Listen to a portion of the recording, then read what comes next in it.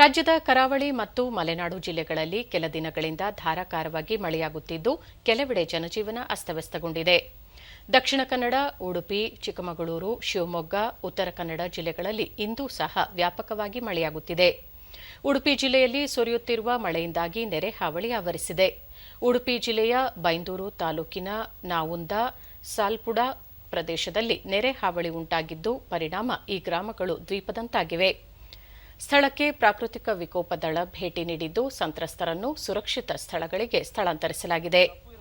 ರಕ್ಷಣಾ ಕಾರ್ಯ ಮುಂದುವರೆದಿದ್ದು ಜಿಲ್ಲಾಧಿಕಾರಿಗಳು ಸಂತ್ರಸ್ತರಿಗಾಗಿ ನಿರಾಶ್ರಿತರ ಕೇಂದ್ರ ತೆರೆಯಲು ಆದೇಶ ಹೊರಡಿಸಿದ್ದಾರೆ.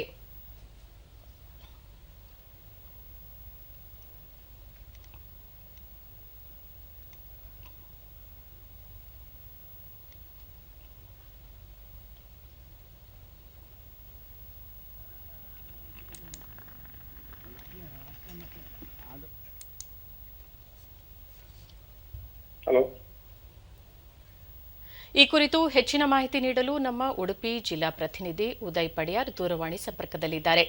ಉದಯ್, ಈಗ ಜಿಲ್ಲೆಯಲ್ಲಿ ನೆರೆ ಹಾವಳಿ ಪರಿಸ್ಥಿತಿ ಹೇಗಿದೆ? ನಿನ್ನೆ ರಾತ್ರಿ ಸುರಿದ ಉಡುಪಿ ಜಿಲ್ಲೆಯ ಬೈಂದೂರು ತಾಲೂಕಿನಲ್ಲಿ ನಿನ್ನೆ ರಾತ್ರಿ ಸುರಿದ ಭಾರೀ ಮಳೆಯಿಂದಾಗಿ ಪ್ರಮುಖ ನದಿಗಳಾದ ಸೌಪರ್ಣಿಕ, ಸೋಮನಾಮತಿ ನದಿಗಳು ತುಂಬಿ ಹರಿತಾ ಇದೆ.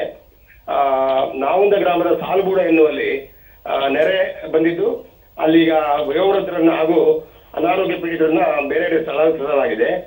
ಹಾಗೂ ಸೌಪರ್ಣಿಕ ನದಿ ತೀರಾದಂತ ಇದು ಬ್ರಹ್ಮಲಿಂಗೇಶ್ವರ ದೇವಸ್ಥಾನ ಮಾರಣಕಟ್ಟೆ ಅಲ್ಲಿ ಕೂಡ ನೆರೆ ಬಂದಿದೆ. ಹಾಗೂ ಕುಬ್ಜಾ ನದಿ ತೀರವಾದಂತಹ ಕಮಲಶಿಲೆ ದೇವಸ್ಥಾನ ಕೂಡ ನೆರೆ ಬಂದಿದೆ. ಈಗ ಸ್ವಲ್ಪ ನೆರೆ ಪ್ರಮಾಣ ತಗ್ಗುತ್ತಾ ಇದ್ದು ಮಳೆ ಸ್ವಲ್ಪ ಪ್ರಮಾಣ ಕಡಿಮೆ ಆಗಿದೆ. ಆದ್ರೂ ಸ್ಥಳದಲ್ಲಿ ಅಗ್ನಿಶಾಮಕ ದಳ ಹಾಗೂ ಬೈಂದೂರು ತಹಸೀಲ್ದಾರ್ ಎಲ್ಲ ಬಿಟ್ಟಿದ್ದು ಹೆಚ್ಚಿನ ನೆರೆ ಬಂದಲ್ಲಿ ಗಂಜಿ ಕೇಂದ್ರ ತೆರೆಯಲು ಕೂಡ ಆದೇಶ ನೀಡಲಾಗಿದೆ ಮೇಡಮ್.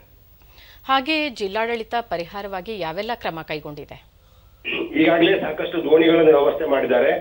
ಹಾಗೂ ಇನ್ನು ಹೆಚ್ಚಿನ ಪರಿಹಾರಗಳಿಗೆ ಇನ್ನೂ ಮಾಹಿತಿ ಸಿಕ್ಕಿಲ್ಲ, ಏನು ನಷ್ಟದ ಪ್ರಮಾಣ ಸಿಕ್ಕಿಲ್ಲ. ಆದ್ರೂ ಕೂಡ ಜಿಲ್ಲಾಧಿಕಾರಿ ಅವರಿಗೆ ಸ್ಥಳಕ್ಕೆ ಬರುವ ಇದಿದೆ, ನಿರೀಕ್ಷೆ ಇದೆ. ಹಾಗಾಗಿ ಹೆಚ್ಚಿನ ನಷ್ಟಗಳ ಬಗ್ಗೆ ಇನ್ನೂ ಮಾಹಿತಿ ಸಿಕ್ಕಿಲ್ಲ ಮೇಡಮ್. ಉದಯ್, ತಮ್ಮೆಲ್ಲ ಮಾಹಿತಿಗೆ ಧನ್ಯವಾದಗಳು.